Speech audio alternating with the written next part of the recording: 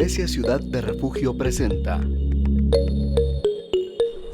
Estudio Bíblico en Casa.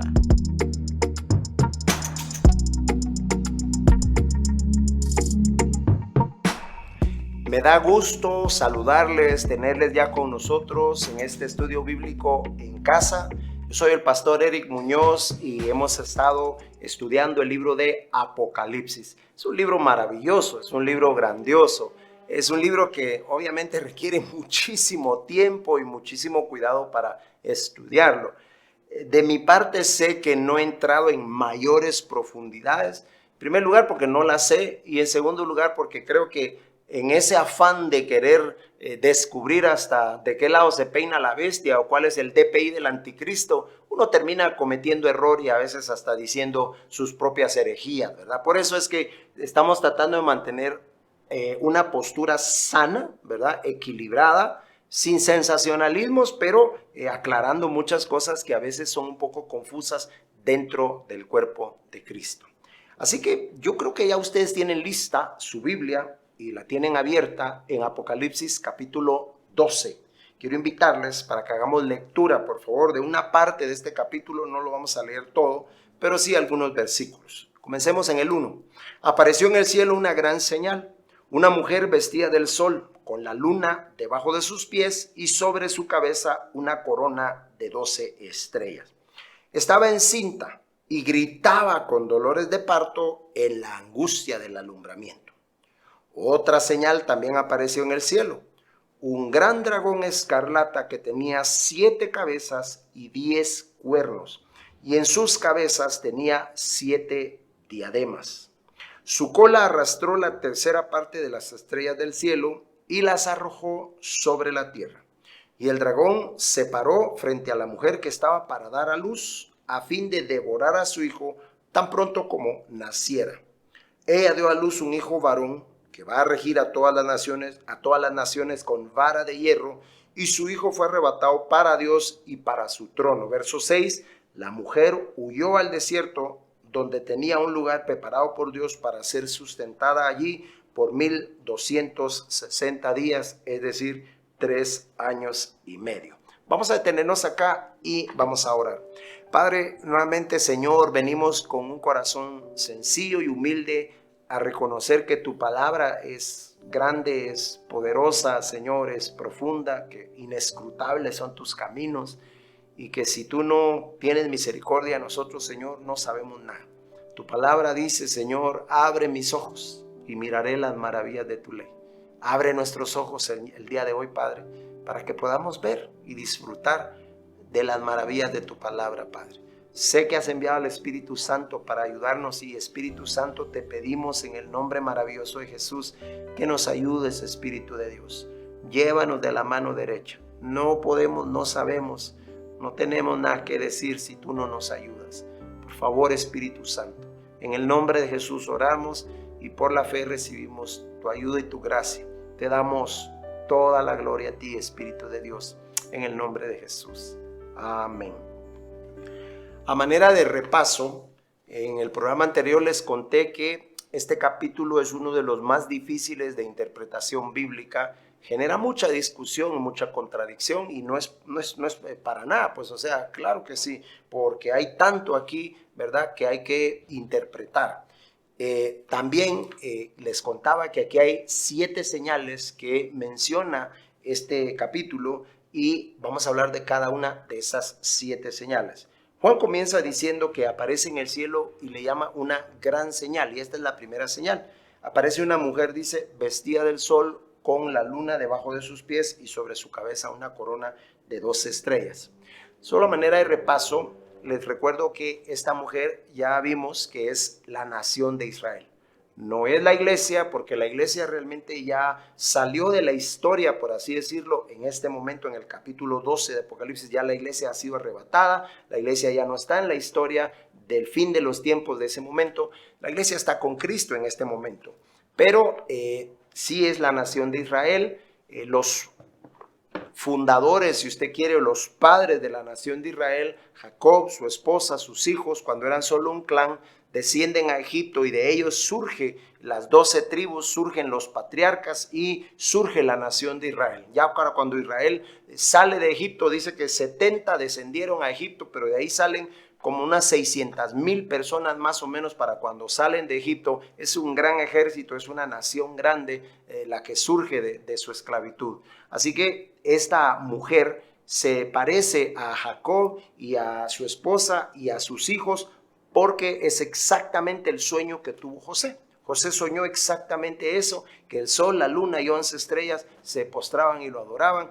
Recuerde que José es un tipo o un símbolo de Jesús también, y sabemos que la nación de Israel también se va a convertir, se va a doblegar, porque toda rodilla se va a doblar y toda lengua confesará que Jesucristo es el Señor. Entonces, esta mujer que está aquí es Israel. No es María, literalmente, no es la iglesia, no, es la nación de Israel. Bueno, estaba encinta y gritaba con dolores de parto, dice, en la angustia del alumbramiento. Ya hablamos también todo lo que la nación de Israel ha tenido que sufrir para llegar al punto de donde Jesús nace de María. Sufrió antes, sufrió durante y ha sufrido después. Sufrió persecución, ¿verdad? El Imperio Romano la ha perseguido, y me adelanto a contarles que el dragón que aparece ahí es Satanás, pero también representa al nuevo Imperio Romano resurgido a través de distintas naciones, o puede ser a través de la Comunidad Económica Europea también, pero ese es otro tema. Entonces, esta nación de Israel ha sufrido mucho. Dar a luz a Jesucristo no ha sido fácil para ellos. Han sido esclavos, han sido despojados, han estado bajo opresión, los han perseguido. No ha sido fácil para el pueblo de Dios. Incluso ahora el pueblo de Dios está allá en su tierra, pero aún allí están siendo siempre constantemente atacados por los palestinos, le lanzan misiles, hay suicidas que se inmolan a través de una bomba atada a sus cuerpos. En fin, hay tantas cosas que siguen atacando a esta nación porque su parto, su dar a luz no ha sido nada fácil, es con mucha angustia. Luego dice el verso 3, otra señal también apareció en el cielo, un gran dragón escarlata que tenía 7 cabezas y 10 cuernos, y en sus cabezas tenía 7 diademas. También a manera de repaso, recuerden que este dragón representa a Satanás, representa el poder que él delega sobre el anticristo. La misma Biblia en este mismo capítulo nos dice que esta es la serpiente antigua, más adelante lo llama serpiente, es decir, claramente nos dice que se trata de Satanás. La Biblia dice en Juan 10:10 que Satanás vino para matar, robar y destruir. Y este dragón está atento y listo para tratar de destruir a la simiente de la mujer. Quiero que me pongan atención en algo acá. Nunca, jamás llegue a pensar que el diablo le puede dar algo bueno. Aunque parezca bueno, no es nada bueno. Nunca le va a dar nada bueno. Siempre lo que le va a dar es para matarlo, robarle o destruirle. Siempre lo que le ofrezca. Él se atrevió a ofrecerle a Jesús, le dijo, todo esto te daré, todos los reinos de la tierra, si postrado me adorares. Es decir, pero lógicamente esa era una trampa. Por supuesto que Cristo no se iba a quedar con los reinos de la tierra si él hubiera adorado a Satanás, ¿verdad? Cosa que nunca iba a suceder. El punto es que el enemigo vino para matar, robar y destruir. Y tome nota de esto.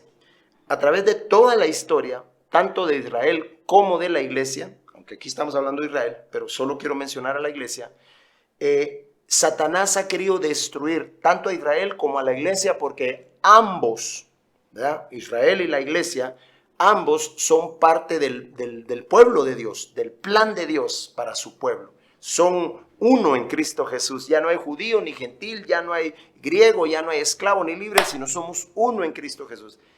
Y Satanás se ha volteado para atacar tanto a Israel como a los que han recibido a Cristo como Señor y Salvador. Por su parte, Israel históricamente ha sufrido, como ya lo dije, muchísimos ataques, destrucción, opresión, robo. Pero por su parte, la iglesia también ha sido perseguida por Satanás.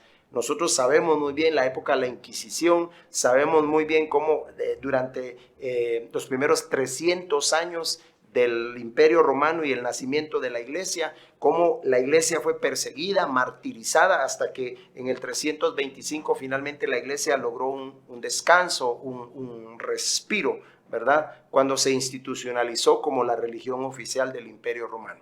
Pero hasta entonces la iglesia también había sido perseguida. Entonces, no nos engañemos, este dragón no es otro más que el mismo Satanás, quien vino para matar, robar y destruir.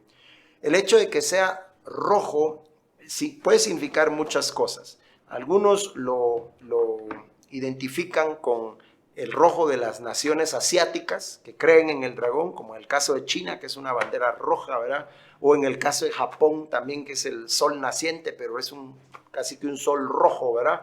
Entonces, con eso lo identifican, pero también el color rojo representa la muerte que arrastra. Vino a matar, robar y destruir. Satanás es el responsable desde que mató espiritualmente al hombre, a Adán, y luego la muerte física entró. Satanás es el responsable directa o indirectamente de la muerte de todos los seres humanos, porque si no fuera por haber pecado y haber muerto espiritualmente, el hombre no moriría hoy en día, no muriera físicamente. Entonces, directa o indirectamente, el dragón, la serpiente antigua, es responsable de que la muerte haya entrado al mundo, porque Romanos 5 dice que a causa del pecado entró la muerte a la humanidad.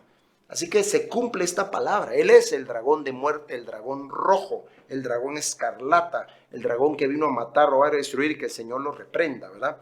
Dice aquí que tenía 7 cabezas y 10 cuernos, y en sus cabezas tenía 7 diademas. ¿Qué representa eso? Bueno, si hablamos en cuanto a la simbología, representa la autoridad que tiene. Fíjense bien, dice que tiene 7 cabezas y 10 cuernos. Esas 7 cabezas hablan de la autoridad a nivel de la nación, de las naciones, y hablan de la autoridad que él va a tener en su representante, el anticristo, a nivel político, a nivel estatal, a nivel económico. Es decir, es una autoridad. El 7, recuerden ustedes que representa algo integral, algo total. Entonces va a ser una autoridad que va a estar metida a nivel de todas las esferas y estratos de la humanidad. Y nos habla también de los 10 cuernos. En la Biblia, los cuernos tienen que ver con fuerza, con poder. Tienen que ver con tener la fuerza para aplastar, para acornear, para derribar o para mover a sus enemigos. Entonces, tendrá autoridad, pero también tendrá estos cuernos, que es poder de acción. De nada sirve que usted tenga autoridad, pero que no tenga un poder que respalde esa autoridad. Por eso es que cuando las naciones más potentes del mundo, los gobiernos que tienen los ejércitos más potentes del mundo, son escuchados porque tienen autoridad, pero esa autoridad está basada en su capacidad de reaccionar o de destruir bélicamente hablando. Por eso es que si Estados Unidos amenaza a una nación, esa nación le presta atención, sabe que tiene la capacidad de cumplir, porque no solo tiene la autoridad, sino tiene el poder físico para destruir o para cumplir con la amenaza. Así que por eso ese conflicto entre Ucrania y Rusia es complejo, porque Rusia tiene la capacidad militar de crear mucho daño, no solo a Ucrania, sino a muchas naciones, pues tiene la capacidad nuclear para hacerlo.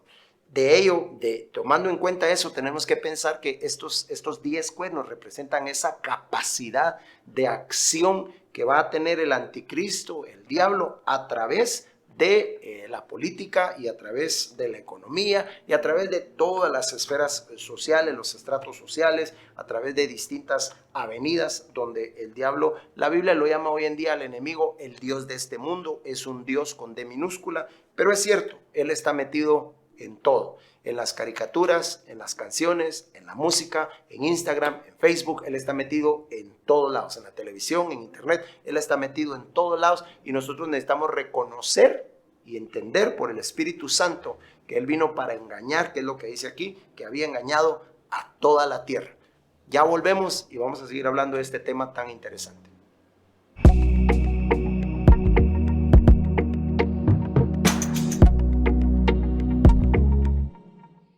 El Señor es mi fortaleza y mi roca fuerte. Por las noches te alabo y al amanecer también. No temeré mal alguno, porque en ti confía mi alma.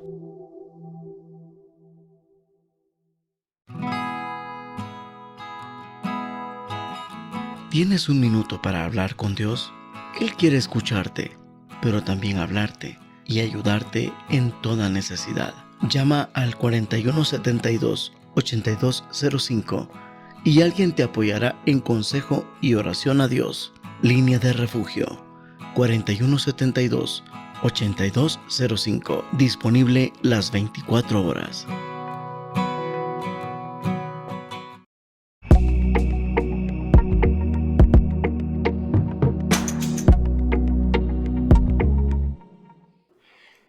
Este personaje, este dragón que aparece aquí, también ya les explicamos que no debemos nosotros ser tan ingenuos ni tan ignorantes de pensar que los dragones son símbolos que están neutrales o que están al margen o que simplemente son una criatura mitológica. No, no, no. Un dragón siempre va a representar a Satanás, siempre. Ya sea que lo vea usted en la vida de Bruce Lee, ya sea que lo vea en la danza del dragón hoy en día en la cultura china, o ya sea que usted lo vea en el dragón que su hijito tiene con el que juega, o amaestrando a mi dragón, o volando con mi dragón, o entrenando, no sé cómo se llama esa cosa, una caricatura que creo que hay. En fin, todo lo que tenga que ver con dragones tiene que ver con Satanás. Y él quiere engañarnos haciéndonos pensar que este es un símbolo neutral, que no tiene nada que ver con él, pero no es verdad. Si no, la Biblia no lo llamaría claramente el dragón. Y la Biblia lo asocia directamente con ese tipo de animal que es una serpiente con alas. Si ya de por sí una serpiente es un animal peligroso, imagínese usted una serpiente voladora, el daño que puede causar. Si ahorita o en este momento la ventaja, por así decirlo, que nosotros tenemos sobre una serpiente es que si la vemos nosotros podemos correr más rápido, podemos huir, es más fácil alejarse. Pero si volara como un pájaro, como un águila, una serpiente, ¿quién podría escapar de ella? Sería muy difícil defenderse y así es como se asocia al enemigo. Su capacidad de llegar y de estar en todo el mundo, no literalmente, porque él no es omnipresente, pero sí a través de todo lo que él hace, él influye sobre todo el mundo. Él dirige a los gobernantes de este mundo. Él tiene bajo sus pies y arrodillados ante él a los medios de comunicación y todas esas cosas que les sirven hoy en día, pero sabemos que al final el reino, el dominio, la autoridad, el poder y la gloria son solamente de Jesucristo. De hecho, aquí estamos a punto de leer cómo Satanás siempre ha perdido todas sus batallas contra el Señor. Él ha sufrido derrota tras derrota tras derrota y jamás va a poder ganar una sola victoria contra Jesucristo, Rey de Reyes y Señor de Señores. Entonces vean conmigo el verso 4, por favor. Dice, su cola arrastró la tercera parte de las estrellas del cielo y las arrojó sobre la tierra. Este es uno de los pasajes más significativos en cuanto a el origen de los demonios y el origen de Satanás. ¿Creó Dios a Satanás? La respuesta es un categórico no. Dios creó a Luzbel, que era el portador de la luz, o Lucifer, que hoy en día por supuesto es un nombre escalofriante, no le voy a poner nunca a su hijo ni a su mascota de nombre Lucifer, ¿verdad? Claro que no, pero este ser a través de sus maquinaciones y a través de su libre albedrío y a través de sus trampas en las que él mismo cayó y se autoengañó y luego salió a engañar a los demás, llegó a pensar, a causa de sus contrataciones, a causa de su hermosura, su corazón se envaneció y llegó a pensar que él podía ser semejante al Altísimo. Eso usted lo puede leer en Ezequiel 28 y en Isaías capítulo 14, ahí está la descripción de esto. Se cree que este pasaje, este verso 4, es un pasaje que tiene una doble interpretación. Por un lado, Juan lo está viendo como que si eso está por suceder o sucedió, ¿verdad? Frente a él. Y por otro lado, sabemos que es un pasaje que nos revela la historia, el pasado, algo que sucedió en los cielos, solo Dios sabe cuándo. hace muchísimo tiempo, antes de la creación del mundo, antes de la creación del ser humano. ¿Qué sucedió? Que Satanás engañó a una tercera parte de las estrellas. Cuando dice aquí estrellas se refiere a los ángeles, así se le llama en Job a los ángeles también. Cuando las estrellas, dice, se regocijaban, dice, en la creación de Dios. Entonces Satanás engañó a una tercera parte, y esa batalla que hubo en el cielo entre Miguel y sus ángeles y el dragón y sus ángeles no es otra cosa más que ese choque cósmico entre el bien y el mal que sucedió hace muchísimo tiempo atrás, en donde Dios determinó que Satanás no podía más estar en el cielo. Fue arrojado a la tierra. Por eso es que Pedro lo describe como un león rugiente que anda en la tierra buscando a quien devorar. Hay que entender esto claramente, porque de esto que estamos leyendo depende nuestro entendimiento de toda esta batalla. Ahora, yo les decía que Satanás nunca ha logrado una victoria, y así es.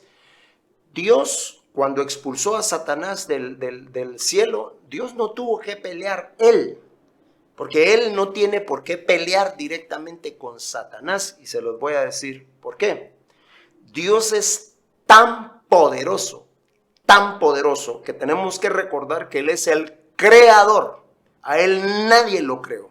Mientras que Satanás es una criatura que depende de su creador. Claro, ya expliqué que Dios no lo creó malo, no lo creó como Satanás. Dios lo creó como un querubín ungido. Y él, a través de sus malas decisiones, se transformó, permitiendo la maldad en su corazón, a llegar a ser lo que hoy lo conocemos como dragón, serpiente, diablo, Satanás, el enemigo de Dios. Entonces, él como criatura sigue estando en total desventaja a la hora de pelear con Dios. Satanás no tiene ni la más mínima oportunidad de vencer a Dios. Nadie la tiene. Ni todos nosotros juntos, los 7,000 millones de habitantes, nos pusiéramos al brinco con Dios, no tenemos ninguna oportunidad contra Él. Ni se nos unieran todas las miriadas de ángeles, arcángeles, querubines y serafines, y quisiéramos derrotar a Dios, no tenemos ni un 0% de oportunidad de hacerlo. No existe tal posibilidad. No hay manera de que todas las criaturas juntas puedan atacar a Dios y vencerle. No se puede. Entonces, cuando Dios y Satanás se enfrentan, Dios no tiene que ir directamente a la batalla. Dios nombra a uno de sus generales, a uno de sus arcángeles llamado Miguel. El nombre Miguel significa quien como Dios, y es una referencia a su exaltación hacia Dios.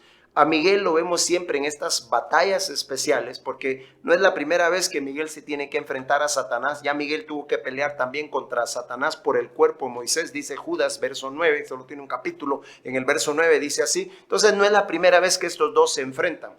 Lo que a mí me llama la atención es que Dios no tiene que levantarse de su trono, Dios no tiene que ponerse en guardia, ni tiene que hacer calistenia para prepararse para la batalla, nada de eso.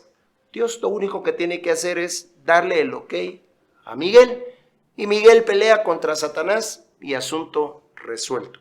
Dios tiene tanto poder que es casi, si usted quiere, injusto que Dios se enfrente contra alguien. Así que Dios, en su misericordia y en su amor y en su gracia, aún con el mismo diablo, solo le manda un coigual. Recuerden que Satanás es un querubín ungido y Miguel es un arcángel. Si hablamos en grados de autoridad, si hablamos en grados de jerarquía, un querubín, jerárquicamente hablando, es mayor que un arcángel. Pero, eso es lo maravilloso, Dios no tiene que mandar a otro querubín para enfrentarse al querubín caído. No. Dios manda a uno de menor rango, pero respaldado por Él, bajo la gracia de Él. Así que puede ser que a ti te toque enfrentar un enemigo que parece mucho mayor, pero si Dios es contigo, ¿quién contra ti? Si Dios te respalda, ¿qué poder te puede detener? Ni poder humano ni diabólico podrán detenerte, porque Dios está contigo. Dios no necesita que tú seas tan fuerte como tu enemigo, porque el que es por ti y el que es mayor es el que está en ti. no son tus fuerzas, no es tu gracia.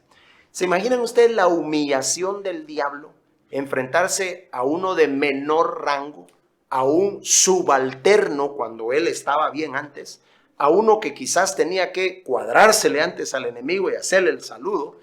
Ahora Satanás se enfrenta a un subalterno y Dios, con un subalterno, derrota a Satanás, lo expulsa del cielo, expulsan a todos sus seguidores y asunto resuelto. Qué gran vergüenza y qué gran humillación para el enemigo, porque eso es como si un muchachito de 14 y 16 años se enfrentara a un hombre de 2,70 metros, experimentado en la guerra, con experiencia de matar a muchos, y el muchachito rubio de ojos celestes, casi que un Ken, ¿verdad? El novio de la Barbie, bien guapetón, con una honda en la mano aparece y ¡fum!, le lanza la pedrada, y aquel hombre guerrero gigante de 2,70 es humillado por un muchachito que más parece como un modelo de revista, ¿va? Porque la Biblia dice que David era bien parecido, era de grata presencia, era agradable el David, tenía su fisiquín. Lo que Dios está diciendo es: yo no necesito enfrentarme a mis enemigos, primero directamente, segundo con uno de su mismo rango, mismo nivel. Es decir, Dios para mover una montaña no necesita una montaña de fe, Dios necesita como un grano de mostaza de fe, y con eso es suficiente para mover una montaña. Es decir, Dios agarra lo pequeño, lo que no es, lo chiquito, lo despreciado y lo rechazado del mundo, y lo vil tomó Dios, dice, para avergonzar a los sabios. Así que aquí hay una lección maravillosa y una lección gloriosa. Dios no tiene que levantarse de su trono ni pelear con nadie. Dios es tan poderoso y al mismo tiempo tan justo que simple y sencillamente Él usa los vasos, si tú quieres, inferiores, como Gedeón, que con sus 300 hombres derrotaron aquel ejército innumerable de los madianitas. Eso es lo que Dios hace. Nace un humilde carpintero. He aquí tu rey viene a ti montado en un pollino, en un asno, en un pollino, hijo de animal de carga, dice. No quebrará la caña cascada, no apagará el pábilo que humea, no dará su voz en las plazas, dice. He aquí mi siervo manso y humilde, como cordero enmudeció y no abrió su boca. ¿Quién iba a pensar que de ese cordero santo, callado, silencioso, manso, humilde, que no se defendió, en realidad era el Salvador del mundo, era el Rey de Reyes y Señor de Señores? Que ese niño que nació en un humilde pesebre, en realidad era Dios mismo, el vencedor de las 3 muertes. ¿Quién iba a pensar que ese cordero, ese niño, descendería a lo más profundo del infierno y allí despojaría a principados y a potestades, triunfaría sobre ellos en la cruz? No se equivoquen. Dios te puede usar a ti, Dios puede usar lo pequeño, lo simple, porque con muchos o con pocos el Señor salva, dice la palabra. Quiero hacer una oración. Padre, en el nombre de Jesús, yo te doy gracias por tu palabra. Gracias por hablarnos, gracias por mostrarnos tu grandeza, Señor, tu poder ilimitado. Gracias, Señor, porque en tu misericordia todos los días nos guardas, nos cuidas y estamos, Señor, bajo tus potentes alas. El que habita al abrigo del Altísimo morará bajo la sombra del Omnipotente. Tú eres roca mía, mi Dios, mi escudo, mi esperanza, en quien yo he confiado. Gracias, Padre. Toda la gloria es tuya, toda la honra es tuya, Señor. Gracias, Padre. Nos gozamos en tu palabra y nos gozamos en ti. En el nombre de Jesús. Amén. Gracias por estar siempre en sintonía de este programa. No se pierdan el próximo. Y por favor, si van a postear algo, posteen estas enseñanzas, reenvíenlas a sus amigos. Nos vemos en la próxima. Iglesia Ciudad de Refugio presentó Estudio Bíblico en Casa. Le esperamos en una próxima oportunidad.